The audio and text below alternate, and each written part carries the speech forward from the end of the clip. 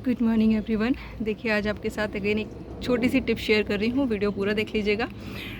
और एक और चीज़ कहना चाहूँगी, मैं जो भी चीज़ें बताती हूँ आपको वो एक बार मेरे कहने से अप्लाई ज़रूर करा करिए। रिज़ल्ट नेगेटिव बिल्कुल भी नहीं आएंगे, क्योंकि यहाँ पर मैं जो शेयर कर रही हूँ आपके साथ इसलिए नहीं कर रही हूँ कि मुझे ऐसे ही वीडियो बना देना है। मैं सिर्फ इसलिए कर रही हूँ क्योंकि जो एक्सपीरियंस अपनी अब तक की गार्डनिंग जर्नी में किए हैं वो आपके डेफिनेटली काम आएंगे। कई लोग हैं जो कि टेरेस गार्डनिंग अभी स्टार्ट किए हैं, वो पौधे लगा चुके हैं। अब एक चीज़ बोलना चाहूँगी, देखिए अभी तो बारिश का मौसम है, कभी बादल आएंगे, कभी बारिश आएगी, कभी धूप निकलेगी, तो आपके जो पौधे हैं वो धूप को झेल जाएंगे। लेकिन जैसे ही आपके पौधे बड़े होना शुरू होंगे फिर अगेन वही दिक्कत आ जाएगी जो कि गर्मियों में आई थी, बार बार पानी लगाने की। तो पौधों की हाइट छोटी रखिएगा, छोटी इन द सेंस कि इतनी रखिएगा कि आप उस पर पेस्ट अटैक होता है तो उसको मैनेज कर सकें। मेरे यहाँ पर देखिए अपराजिता के ऑलमोस्ट सभी कलर खिलने लगे हैं, और मैंने आपके साथ शेयर भी किया था कि मैंने इनकी बेल जब लगाई थी तब से लेकर अब तक मैं सिर्फ पिंचिंग करती रही हूँ, मैं इनको बढ़ने नहीं देती हूँ। जैसे देखिए ये बेल है, मुझे पता है लंबी जा सकती है, मैं जितना लंबा चाहूँ, लेकिन एक ही पॉट में कई पौधे लगे हुए हैं तो मैं देखिए इसको यहाँ से पिंच कर दूँगी। पिंच करने से वही मल्टीपल ब्रांचेस निकलेंगी और पौधा यहीं के यहीं बुशी होता जाएगा। और बहुत अच्छे से, जब जितनी ज़्यादा देखिए मल्टीपल ब्रांचेस होती हैं उतनी अच्छी फ्लावरिंग होती है। ये मेरा एक्सपीरियंस है। परसों एक क्लिप शेयर किया था हाइब्रिड ब्रिंका का, कि किसी का मैसेज था कि मैम हमारे यहाँ तो कभी भी नहीं जाता है, हमेशा हार्डी है, नहीं रहता। तो देखिए ये कितना खूबसूरत था, कितने ही वीडियोस में आपने इसको देखा है अपना प्रदर्शन करते हुए, लेकिन आज देखिए हालत कितनी ख़राब है, क्योंकि इसका भी मुझे लगता है रूट जो है गल गया है। बस अब कुछ नहीं करूँगी, ऊपर जितनी भी मुझे ये टिप्स दिख रही हैं इसकी, या जो फ्रेश लीव्स दिख रही हैं उनको कट करके मैं लगा दूंगी। कटिंग में भी हो सकता है एक आध सर्वाइव कर जाए। बीज मैंने इसका सुरक्षित कर लिया है अपने पास में, तो उसको मैं बो दूंगी। 4 o'clock की मैं आपके साथ जो क्लिप शेयर करती हूँ, कई लोगों का मैसेज है कि हमारे यहाँ नहीं आ रहे हैं, आपके यहाँ ऐसे कितने आ रहे हैं। तो क्योंकि मेरे पास बहुत सारे पौधे हैं इसके, क्योंकि ये भी हर पॉट में निकलता रहता है। तो देखिए एक पौधा ये है, एक इधर ये है, एक बैक साइड में ये है जिस पर आज पहली कली दिख रही है। हाइब्रिड वाला तो सुकड़ा ही पड़ा हुआ है, उसमें तो कोई ग्रोथ भी नहीं दिख रही है मुझे। लेकिन ये पौधा देखिए पूरा फूल मुरझा चुके हैं, क्योंकि सुबह हो रही है, 9 बज रहे हैं, तो पूरे मुरझा चुके हैं। लेकिन आप देख पा रहे होंगे फूल भी खिले हैं अच्छे से और कलियां भी लगातार बन रही हैं। ये मेरे लगाया हुआ है एलोवेरा की पॉट में, इसमें एलोवेरा लगाया हुआ था और इसी के अंदर इसका लास्ट ईयर का कंद था, जो अरबी जैसा जो बना होता है इसका, लास्ट ईयर का था। जैसे ही इसका सीज़न आया इसमें फुटाव आया, और आपको मैं रेगुलर दिखा रही हूँ काफ़ी टाइम से, तकरीबन 1 महीने से ज़्यादा हो गया इस पर फ्लावरिंग होते हुए, रेगुलर फ्लावरिंग हो रही है। तो आप टेंशन मत करिए, मेरे भी यहाँ भी नहीं हो रही है। देखिए एक स्पॉट में लगाया हुआ है तो इसमें एक भी फ्लावर नहीं है, और इसमें देखिए अब आनी शुरू हुई हैं लेकिन खिल नहीं पा रही हैं। तो हर एक पौधे के लिए एक परफेक्ट टाइम और एक परफेक्ट सीज़न होता है, और सबसे जो बड़ी चीज़ होती है पौधे का मैच्योर होना। पौधा जैसे ही मैच्योरिटी में आएगा वो अपने आप से फ्लावरिंग करने लगेगा, इसलिए टेंशन मत लीजिए। जो आप कर रहे हैं नेचुरल तरीके से वो करते रहिएगा बस, और कुछ नहीं।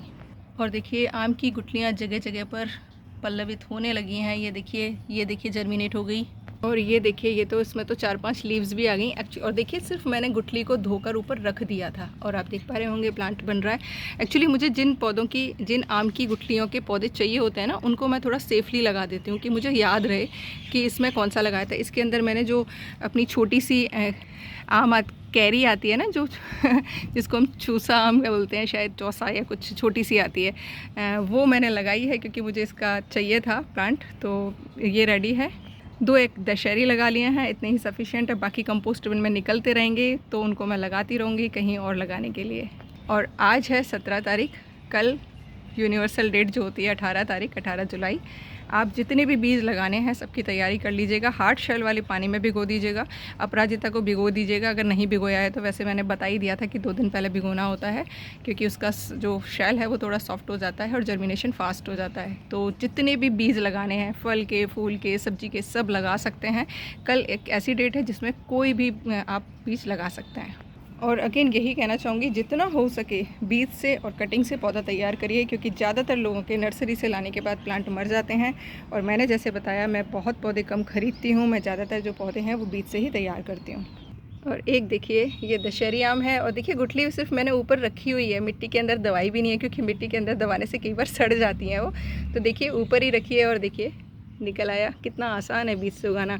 आप बीज से उगाइए, 3-4 साल सिर्फ आपको वेट करना पड़ेगा। यकीन मानिए, आप मेरे मेथड फॉलो करते रहेंगे तो 4 साल बाद डेफिनेटली आपका पौधा फल देगा। पहले के टाइम में कहावत थी, दादा बोए और पोता बरते। अपने लिए मत लगाइए, आने वाली पीढ़ियों के लिए लगाइए। वो जब खाएंगे इनके फलों को तो डेफिनेटली आपको याद करेंगे। गणेश वेल का जगह जगह बस रेड कलर ही निकल रहा है, पिंक और वाइट का इंतज़ार है, देखते हैं कहाँ पर निकलता है। बट रेड देखिए कितना ज़्यादा खिलने लगा है।